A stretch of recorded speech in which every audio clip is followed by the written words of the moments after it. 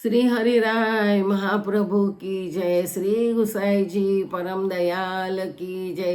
श्याम सुंदर श्री यमुने महाराणी की जय। श्री हरिराय महाप्रभु की जय। ગોકુલનાથ કી જય। આપણે 84 વૈષ્ણવનું રસપાન કરીએ છીએ, તેમાં વાર્તા 23 આવી છે ત્રિપુરદાસ કાયસ્થ। શ્રી આચાર્યજી મહાપ્રભુજીના સેવક ત્રિપુરદાસ કાયસ્થ શેરગઢના વાસી હતા। તેમનું લીલામાં હરણી નામ હતું। તેમના નેત્ર મોટા અને વિશાળ હતા, તેથી લીલામાં તેમનું નામ હરણી પડ્યું। તે એક શેરગઢમાં એક કાયસ્થને ત્યાં જન્મ્યા। રાજાને ત્યાં તેમના પિતા બધું કામ કરતા હતા, તો પછી ત્યારે ત્રિપુરદાસને પણ સાથે લઈ જતા અને ત્રિપુરદાસને પણ બધું કામ શીખવાડ્યું। રાજા એક વખત આગ્રા દેશાધિપતિની પાસે ગયા, ત્યારે ત્રિપુરદાસને સાથે લઈ ગયા। તેના પિતા રાજાની સાથે આગ્રા આવ્યા। થોડા દિવસ આગ્રામાં રહીને રાજા દેશાધિપતિની સાથે વિદાય થઈને દેશમાં ચાલ્યા। તે ગોવર્ધનધરના દર્શને આવ્યા, સાથે ત્રિપુરદાસ પણ પિતા સહિત આવ્યા। દિવસ 3 ગોવર્ધનમાં રહ્યા, ત્યારે ત્રિપુરદાસનું મન શ્રીનાથજીના સ્વરૂપમાં આસક્ત થઈ ગયું। તેથી ચોથે દિવસે રાજાએ જ્યારે વિદાય થઈને ચાલવાની તૈયારી કરી, ત્યારે તે સાંભળીને ત્રિપુરદાસને વિરહજર ચડી આવ્યો અને ત્યારે એકદમ વ્યાકુળ થઈ ગયા। ત્યારે પિતાએ પૂછ્યું, ત્રિપુરદાસ કેમ છે? ત્યારે ત્રિપુરદાસે કહ્યું, મારો દેહ છૂટશે જો તમે મને અહીંથી લઈ ચાલશો તો। તેથી કાં તો તમે મને 1-2 મહિના અહીંયા રહો, રાજાને સંગે જાઓ, હું પછીથી સારી રીતે દર્શન કરીને 1-2 મહિના પછી આવીશ, તો મારા પ્રાણ રહે। ત્યારે ત્રિપુરદાસના પિતાએ રાજાને બધા સમાચાર કહ્યા। જે આ પ્રકારે મારો પુત્ર કહે છે, તો રાજાએ કહ્યું, તું ચિંતા નહીં કર અને અસવારી અને મનુષ્ય અહીં રાખીને ચાલો, પછીથી બેટો આવી રહેશે। ત્યારે પિતાએ આવીને કહ્યું, બેટા તમે અહીં રહો, ચિંતા ન કરો। એ સાંભળતા ત્રિપુરદાસને આનંદ થયો, જવર ઉતરી ગયો। પછી પિતાએ પ્રસન્ન થઈ પાલખી મનુષ્ય દીધા અને કહ્યું કે બેટા જલ્દી આવજે, હું વૃદ્ધ થયો છું, રાજાનું કામકાજ કરવું છે। ત્યારે ત્રિપુરદાસ કહે, તમે ચાલો, હું જલ્દી આવીશ। એટલે પિતા રાજાની સાથે ગયો। રસ્તે જતા એક જમીનદારથી રાજાને લડાઈ થઈ। ત્યાં ત્રિપુરદાસના પિતાને ગોળી વાગી, તેથી તે મરી ગયા અને રાજા તે જમીનદારને મારીને આગળ ચાલ્યા। પછી રાજાએ ત્રિપુરદાસ પાસે એક માણસ મોકલ્યો। તેણે બધા ત્રિપુરદાસને સમાચાર કહ્યા અને તે સાંભળી ત્રિપુરદાસ પ્રસન્ન થયા કે ભલું થયું, હવે મારે બીજું કોઈ બંધન તો છે નહીં, હવે ગોવર્ધનધરના દર્શન સદા કરીશ। પછી પિતાનું કર્મ માનસી ગંગા ઉપર બધું કર્યું। શુદ્ધ થયા પછી નિત્ય બધા દર્શન કરતા। ત્યારે આચાર્યજી એક દિવસ ત્રિપુરદાસને કહે કે તું કોણ છે? 2 મહિના થયા દર્શન કરે, હવે તારે ઘેર જા। ત્યારે ત્રિપુરદાસે કહ્યું, મહારાજ હું ક્યાં જઉં? માતા તો જન્મથી મરી, પિતા બી મર્યા, તો હવે મારે ત્યાં જવાનું શું કામ? એટલે પછી મારું મન શ્રીનાથજીના સ્વરૂપમાં અટક્યું છે, તેથી હું ક્યાં જઉં? ત્યારે આચાર્યજી ત્રિપુરદાસની પ્રીતિ જોઈને કહ્યું કે એવું કરી દઈએ કે જ્યાં તું રહે ત્યાં તને શ્રીનાથજીના દર્શન થયા કરે, એક ક્ષણનો પણ વિયોગ ન થાય। ત્યારે ત્રિપુરદાસે દંડવત કરીને વિનંતી કરી કે મહારાજ મને એ જ જોઈએ છે કે મારાથી મગાય નહીં, નિત્ય ખર્ચ પણ જોઈએ અને કરો, અને શ્રીનાથજીના દર્શન વિના મારાથી રહી શકાતું નથી, એ તે ચિંતા હતી। તેથી આપ કૃપા કરીને જેમ આજ્ઞા કરો તેમ હું કરું।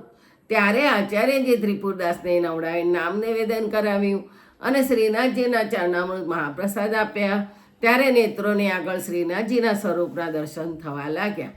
પછી શ્રી આચાર્યજી કહે, હવે તમે અહીંથી જાઓ, જ્યાં રહેશો ત્યાં પ્રભુ તમને દર્શન આપશે, તું ઠાકોરજીને કદી પણ પીઠ નહીં દે। પછી ત્રિપુરદાસ શ્રી આચાર્યજીને દંડવત કરી વિદાય થઈ ચાલ્યા। ત્યારે એ પણ કહ્યું કે શ્રીનાથજીના ચરણામૃત મહાપ્રસાદ લીધા વિના જળ પણ ન લેવું। આ પ્રમાણે મનમાં નિશ્ચય કરી ઘરે આવ્યા। તે ત્રિપુરદાસને શ્રીનાથજી વિશે બહુ જ મહત્વ હતું। શ્રીનાથજીને પીઠ કદી પણ ન દેતા, શ્રીનાથજીના ચરણામૃત મહાપ્રસાદ વિના જલ પણ ન લેતા। તે ત્રિપુરદાસ એક તુરકની ચાકરી કરતા। તે તુરક તરફથી તે પરગણા ઉપર ગયા. ત્યાં બહુ કમાણા. જે વસ્તુ નવીન આવે, અન્ન શાક ફળ વસ્ત્ર, તે પહેલાં શ્રીનાથજીને અંગીકાર થાય, તે પછી પોતે કંઈક લે. અને ત્રિપુરદાસ બેસતા ઉઠતા ચાલતા શ્રીનાથજીને પીઠ ન દેતા, અને શ્રીનાથજીના સ્વરૂપને ભૂલવું તે જ પીઠ છે. તે સદા શ્રીનાથજીના દર્શન કરતા જ બધું કામ કરતા. વર્ષો વર્ષ સુંદર ડગલો શ્રીનાથજીને મોકલતા. શ્રી ગુસાઈજી પહેલાં ત્રિપુરદાસનો ડગલો સુંદર જોઈને અંગીકાર કરાવતા. એક સમયે તેમણે ત્રિપુરદાસ પાસેથી હિસાબ લીધો. ત્યારે થોડાક પૈસા ત્રિપુરદાસ પાસે લેનાર નીકળ્યા. તે એમની પાસે માગ્યા. ત્યારે ત્રિપુરદાસે કહ્યું, મારી પાસે હમણાં તો નથી, કમાવીને ભરી દઈશ. ત્યારે તે તુરકે બધું ઘર લૂંટી લીધું અને ત્રિપુરદાસને બંદીખાનામાં નાખ્યા. અર્ધરાત્રિ જ્યારે થઈ ત્યારે 4 જણાએ આવીને તુરકને ખાટ ઉપરથી ઊંધો નાખી મુગદળથી મારવા લાગ્યા. ત્યારે તે તુરકે કહ્યું, તમે મને કેમ મારો છો? મેં તમારું શું બગાડ્યું છે? ત્યારે વિષ્ણુદૂતે કહ્યું, તે ત્રિપુરદાસને બંદીખાનામાં કેમ નાખ્યા? તને મારીને તારા હાડકાં તોડી નાખીશું. ત્યારે તે તુરકે આજીજી કરી નાગભૂમિમાં ઘસીને કહ્યું, હમણાં જ જઈને છોડી દઈશ. ત્રિપુરદાસને કેદખાનામાં નાખ્યા હતા કે હમણાં જ હું જઈને છોડી દઈશ, તમે ન મારો. ત્યારે વિષ્ણુદૂત ગયા અને પછી તે તુરકે ત્રિપુરદાસ પાસે જઈને કહ્યું, તમારા ઘરે જાઓ. ત્યારે ત્રિપુરદાસે કહ્યું, હવે રાત્રિ ઘણી થઈ ગઈ છે, તેથી સવારે જઈશ. ત્યારે તે તુરકે કહ્યું, કોઈનો જીવ લઈશ, આ જ સમયે જાઓ. ત્યારે ત્રિપુરદાસ ઘરે આવ્યા. એટલામાં ભેટિયા શ્રીનાથજીને આવ્યા. તેમણે ત્રિપુરદાસને ચરણામૃત મહાપ્રસાદ આપ્યો. ત્યારે ત્રિપુરદાસે વિચાર્યું કે વર્ષો વર્ષ તો શ્રીનાથજીના જડાવર શિયાળામાં પહેરવાના વસ્ત્ર મોકલતો હતો, પરંતુ હવે તો કંઈ પાસે નથી, તો શું કરવું?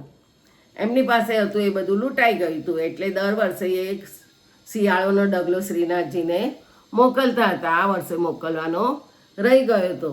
તો લખવાનો ખડિયો રહ્યો હતો, એનું મોઢું ઉપરનું રૂપાનું હતું. તે વેચી એક રંગીન ખાદીનું થાન લઈ આવ્યા અને શ્રીજીના ભંડારીને આપ્યું અને કહ્યું, ગુસાઈજીને કહેશો નહીં, શ્રીનાથજીના ભંડારમાં આપજો. શું કરીએ, હવે હું કંઈ લાયક નથી. પછી ભેટિયાએ તે રંગીન થાળ શ્રીનાથજીના ભંડારમાં આપ્યું.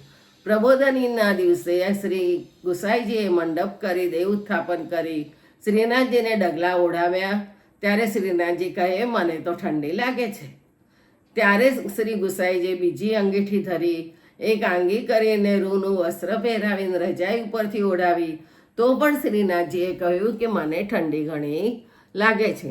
ત્યારે ગુસાઈજીએ વિચાર્યું કે કોઈ વૈષ્ણવની જડાવર પણ શ્રીનાથજીએ કહ્યું કે મને ઠંડી લાગે છે, તો અંગીકાર કરવાની રહી ગઈ લાગે છે. એટલે શ્રી ગુસાઈજીએ ભંડારીને બોલાવીને પૂછ્યું કે જડાવર કોણી કોણી આવી છે?